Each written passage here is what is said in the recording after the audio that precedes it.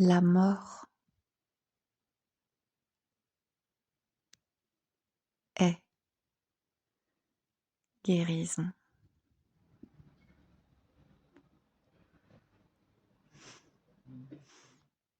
Mmh. Mmh.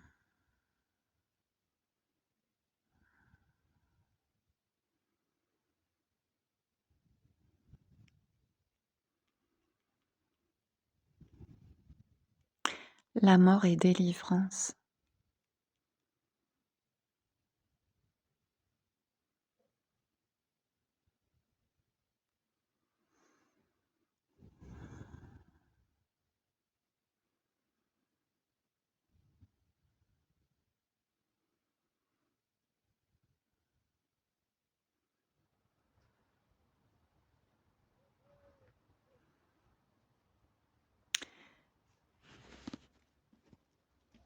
Elle est guérison pour la parent défunt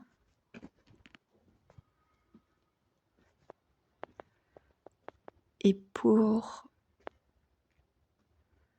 les apparentes personnes, les apparents proches qui entourent le défunt.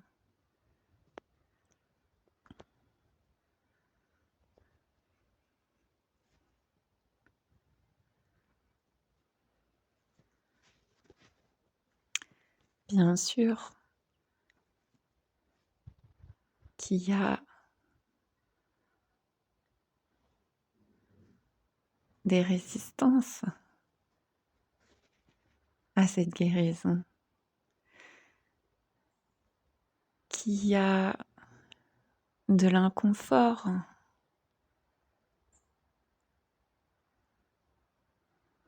de la colère, de la tristesse, des incompréhensions, de la frustration.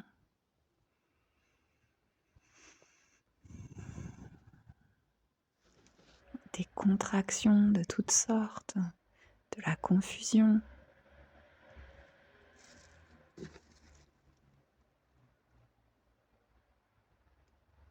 Et cela aussi est guérison. Il n'y a pas de séparation.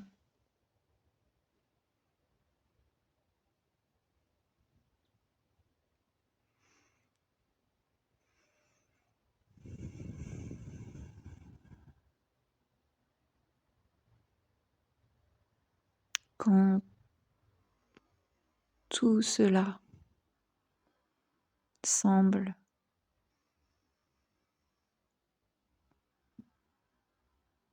se déposer,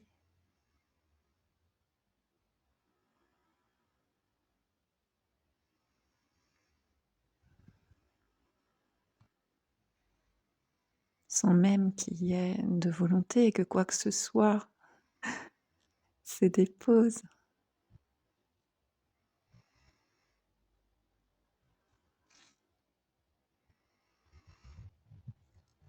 Puisque simultanément, il n'y a absolument rien à déposer.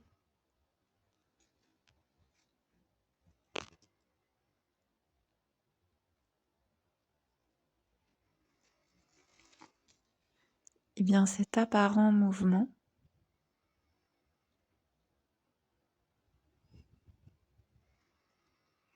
ces apparents mouvements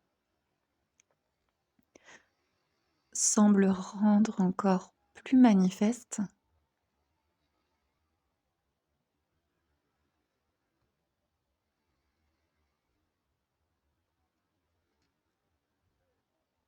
la paix que nous sommes,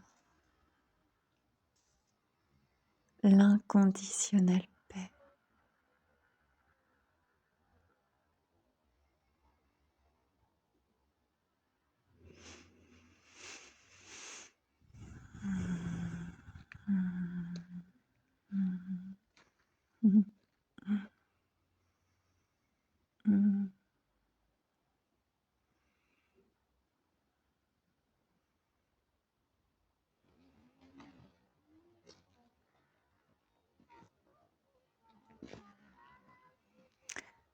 Le repos que nous sommes.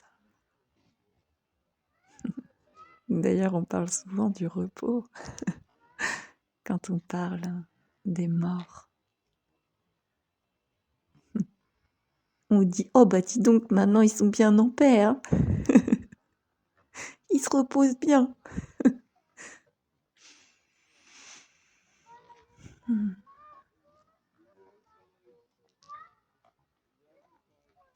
Là, il y a très peu de temps, en fait, au mois de novembre, j'ai un de mes oncles qui est passé, comme on dit. Et il y a donc eu un accompagnement à distance vibratoire de ce passage. Et à chaque fois qu'il y a ce type d'accompagnement qui semble apparaître, il y a toujours un étonnement.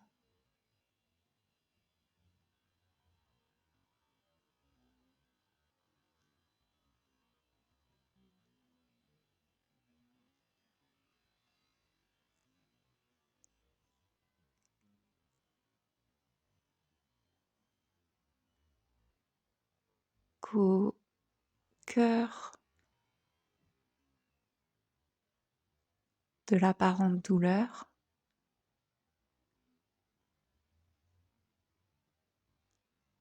transparaît la lumière. Et encore une fois,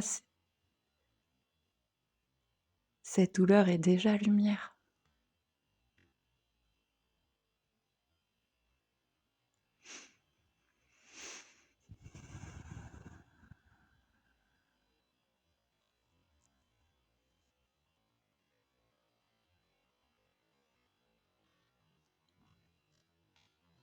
Et cette mort apparente est un phénomène,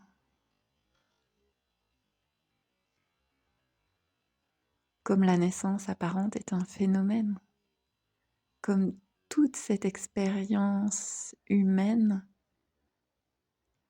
est phénoménologique.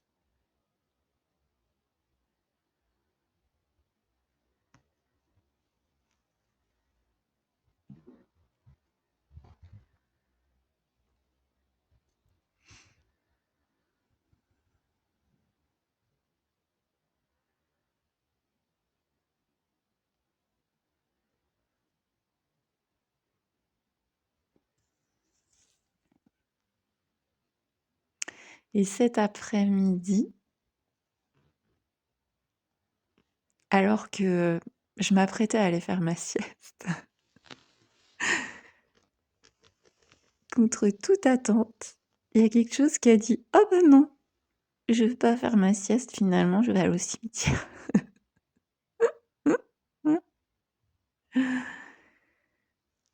Et ce cimetière, en fait, est pas très loin de chez moi.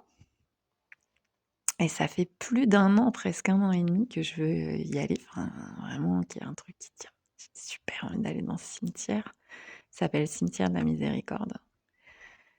Et il y a justement 1 an et quelques, pour la manifestation du voyage à Nantes, il y a un sculpteur. Alors là, je ne vais pas pouvoir te redire son nom, mais je vais le mettre dans la vidéo, dans le descriptif, hem, qui a œuvré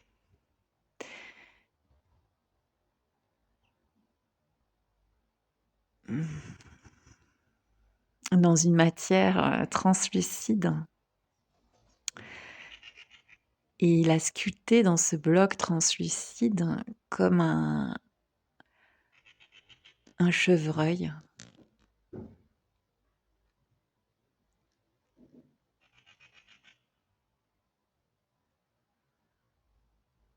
Et dès que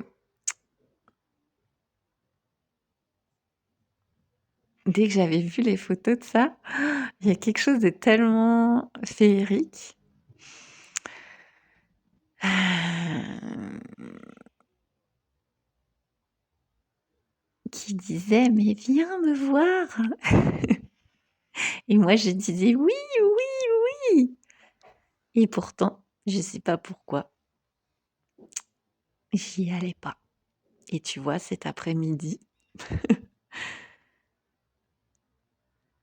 il faisait bien froid.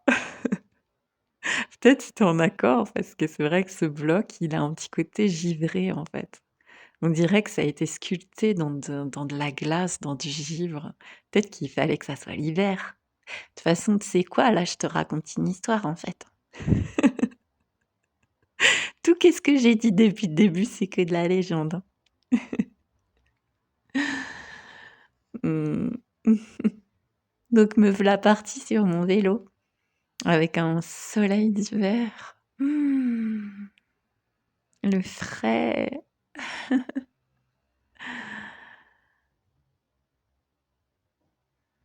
On avait rendez-vous. Bon, ce petit chevreuil, il a quelque chose de très féminin, on dirait presque une petite biche. Mais de toute façon, je l'ai filmé, donc là, les images, elles doivent apparaître en même temps peut-être. Mmh mh.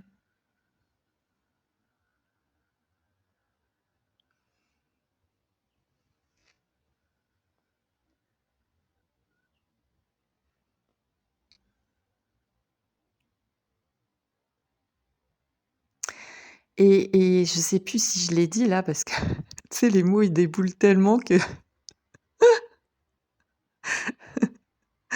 qu'en fait, l'œuvre, elle s'appelle «Miroir des temps», je crois, ou «Miroir du temps» ou «Miroir des temps».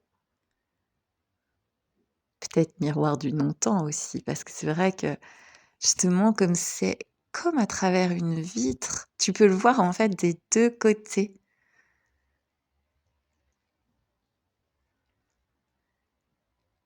Donc c'est comme tu sais quand on dit traverser le miroir quoi.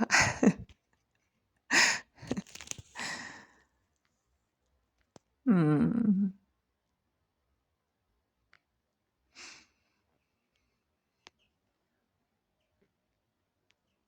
On en traverse tellement des miroirs apparemment, même s'il y a personne pour traverser, qu'il y a pas de miroir.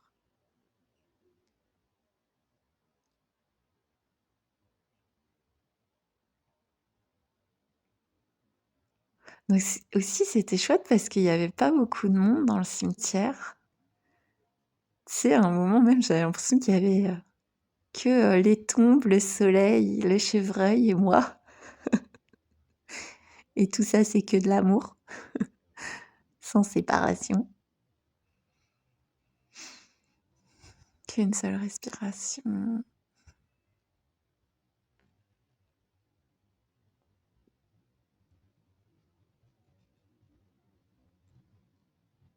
Le miroir translucide.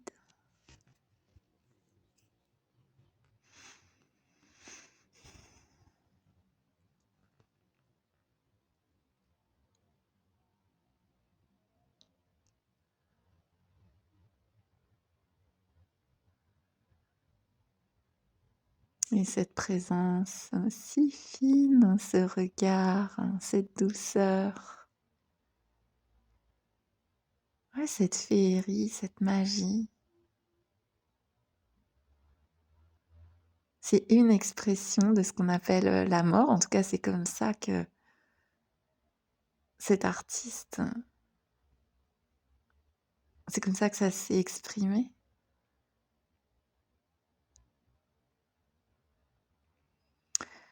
Et aussi,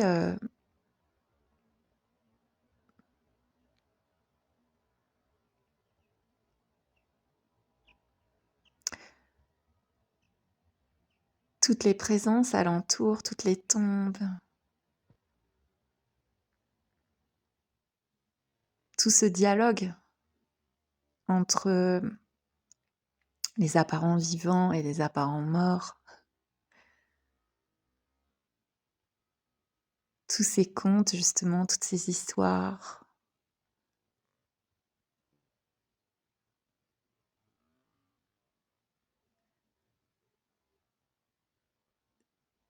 et c'était très apaisant d'être, dans ce lieu qui est grand. Je sais pas combien d'hectares ou de je sais pas quoi que ça fait. Mais ça m'a rappelé aussi d'autres cimetières et qu'il y a ce goût aussi, ici des cimetières.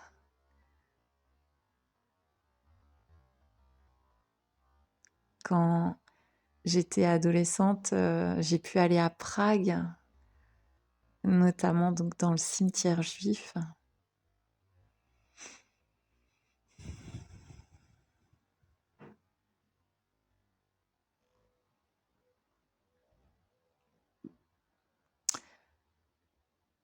Qui est un ancien cimetière, hein, je crois, pas sûre, hein, mais que c'est genre 15e siècle, quelque chose comme ça. Et toutes les stèles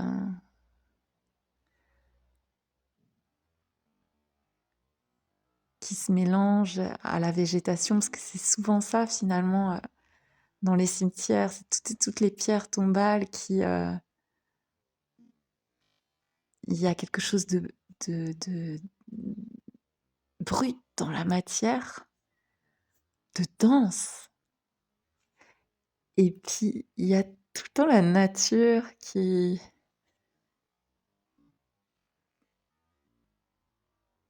vient danser avec cette densité.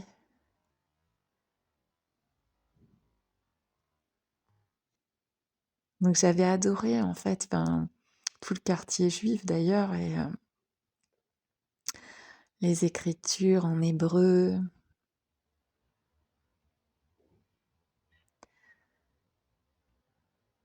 Et puis là, dans le cimetière cet après-midi,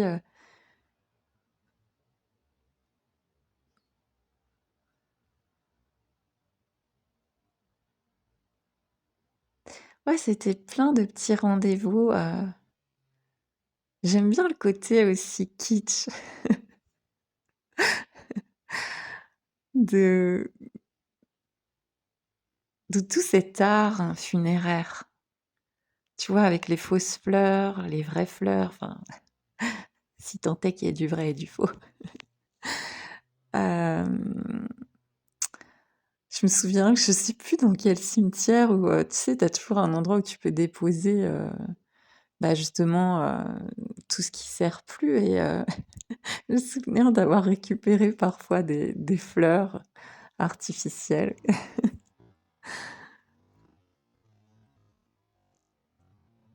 Merveilleux artifice.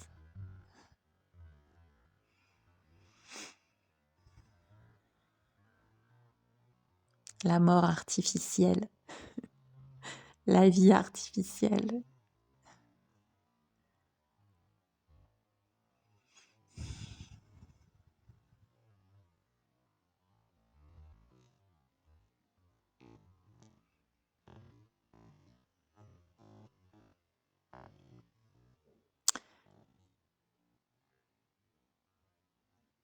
Et nous sommes tous, en fait, des gardiens, des gardiennes du seuil.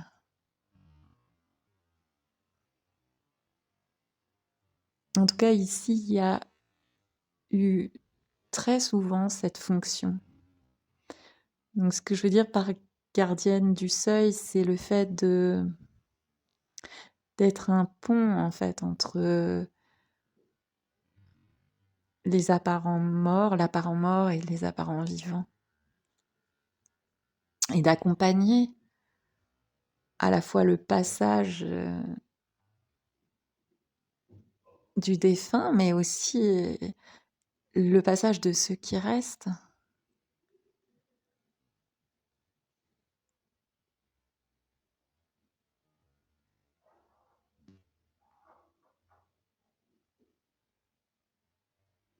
Et cet accompagnement, il peut se faire de plein de façons différentes. Il peut y avoir des chants, il peut y avoir des prières, il peut y avoir simplement le silence, la présence.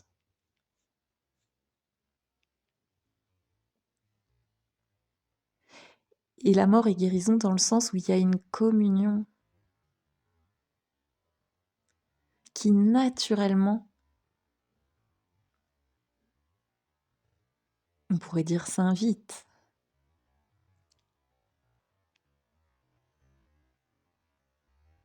pour célébrer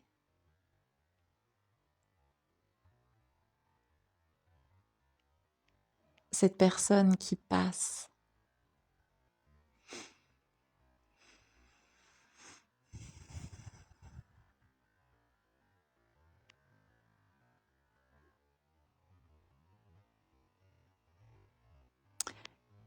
Et c'est vraiment, en fait, un des moments de célébration où je me sens la plus, peut-être, hein, c'est peut-être la plus à l'aise, quoi. Et qui enfin, il y a quelque chose de vraiment, vraiment familier. Alors, ça veut pas dire que je peux pas aussi simultanément, il peut pas y avoir, comme je disais au début, une sensation d'inconfort.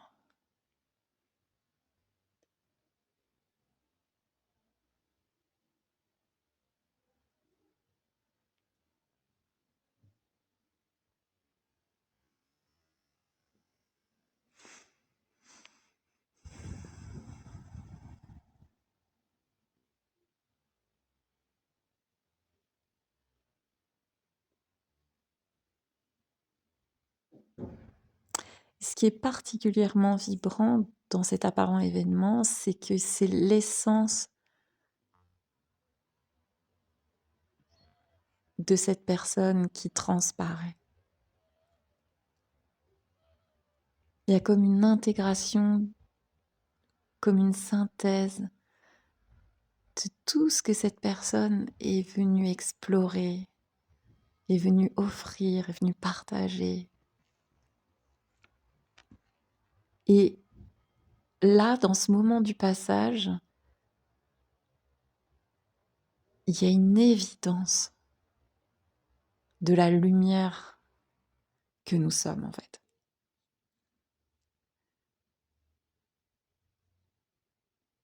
De l'incarnation de la lumière.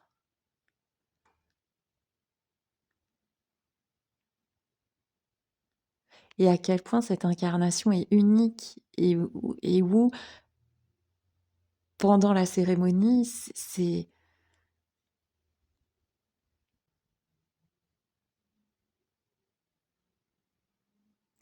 y a une autorisation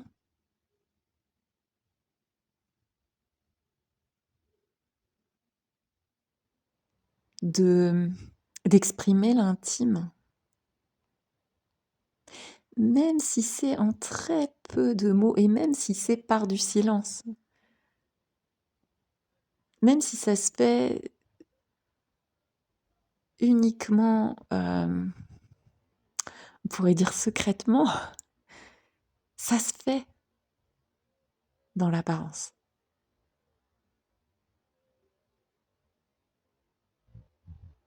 Même si c'est pas à voix haute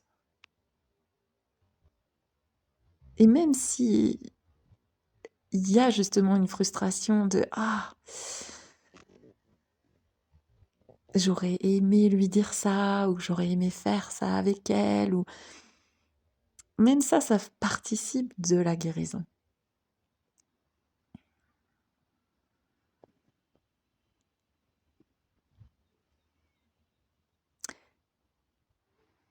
C'est une guérison inconditionnelle.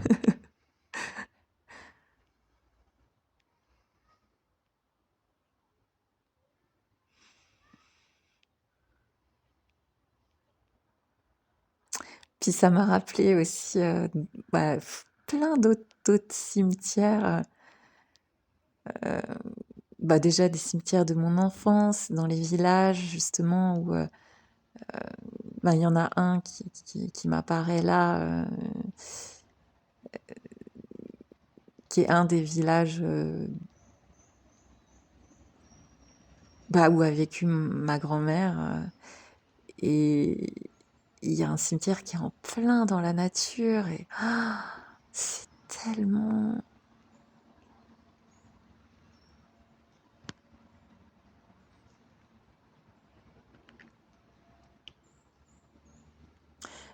Bah, justement, c'est tellement naturel, quoi.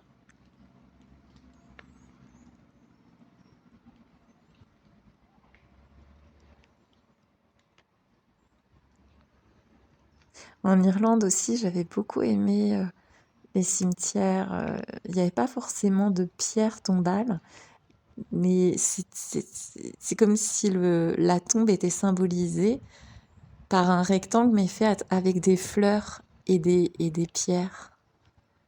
Juste des fleurs et des pierres dans le gazon. On aurait dit des tombes de fées.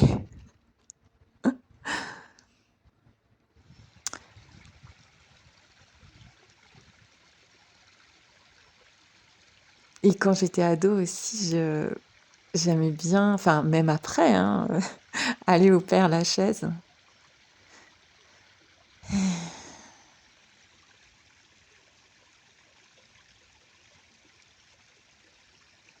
Il y a une énergie en fait particulière dans les cimetières. J'aimais bien aller voir la tombe de Jim Morrison, par exemple, entre autres. Il y avait encore son buste. Maintenant, il n'y est plus, je crois qu'il a été volé. Et tous les gens, tous les rituels qu'il y a, les photos, les bougies.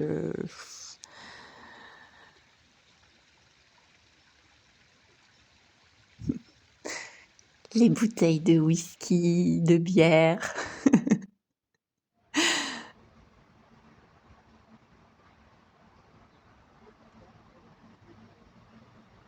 Cette fascination finalement qu'il peut y avoir pour la mort.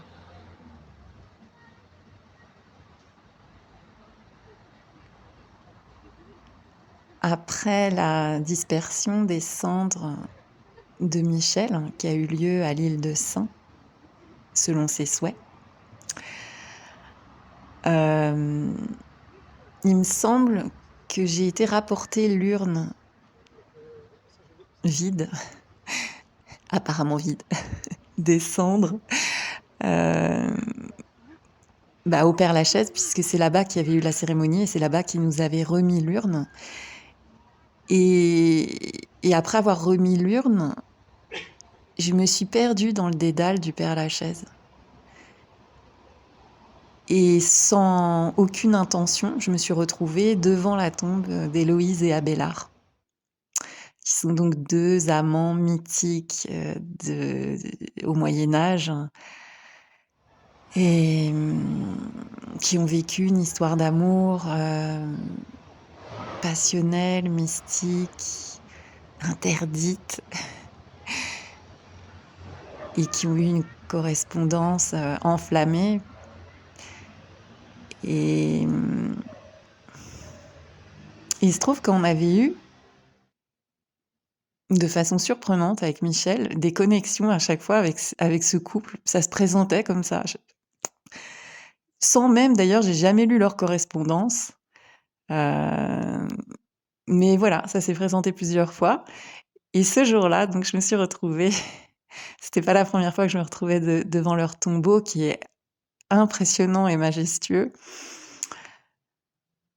Donc il y avait un petit clin d'yeux.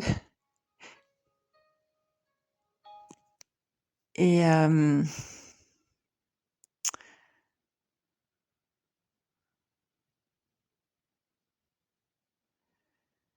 ouais, j'ai appris après qu'il y avait plein de couples qui allaient devant ce tombeau pour se faire des serments d'amour. Bon, nous, on n'y est jamais allé avec Michel, mais voilà. Il se trouve qu'il y a eu cette petite danse cosmique,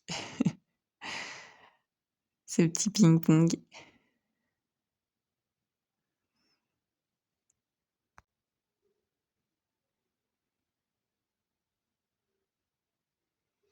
Il y a, à l'intérieur du cimetière, il y a comme un parcours énergétique. Je me souviens que j'avais fait ça avec une amie, justement. Il y a un parcours un peu ésotérique. C'est comme si le cimetière, il avait des méridiens,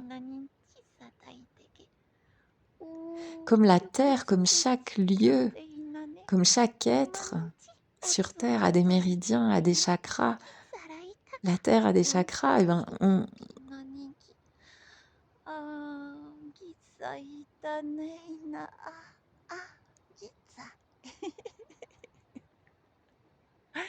だったいないたかいたけか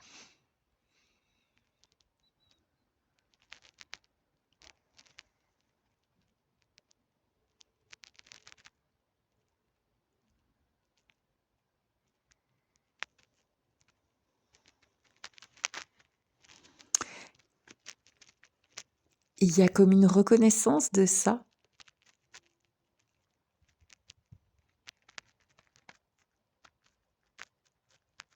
Mystérieuse. Tiens, pourquoi cette tombe-là? Évidemment, ça participe de l'aura de cette apparente personne. Tout d'un coup, il y a, voilà, le dialogue continue, il s'arrête jamais. La poésie de cette personne, elle continue de vibrer, de résonner. Quand je retourne à Paris, je passe toujours à Porte Dorée, à l'île de Bercy, qu'on appelle souvent l'île aux Pans. Cette île, on la connaissait, Michel et moi, avant de nous rencontrer. Chacun de notre côté, c'était un de nos endroits chouchous. Et donc, pendant notre relation aussi, ça a été un lieu privilégié de partage. Et donc, je pense que j'en avais déjà parlé. Il y a un arbre, un platane, qui était l'arbre totem de Michel, qui a été planté grâce à la mairie de Paris et grâce à nos petits bras sur l'île aux Pans. C'est ce petit bébé platane que tu peux voir à l'écran et qui te fait coucou.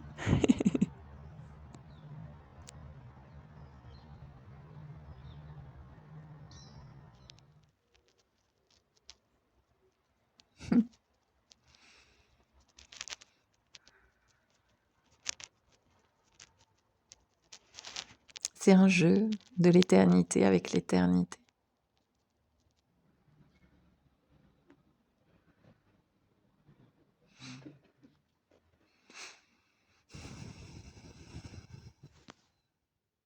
Amen. Love is light. Love is love. Blessing.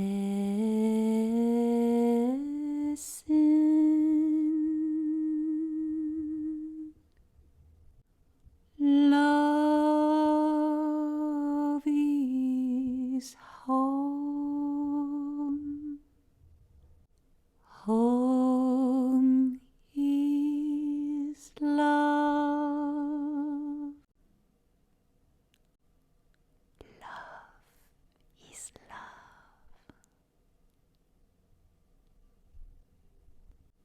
Amen.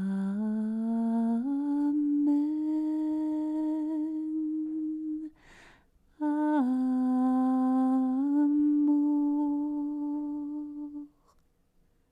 Comme union, terre, ciel, ciel, terre. La joie du nous en rien et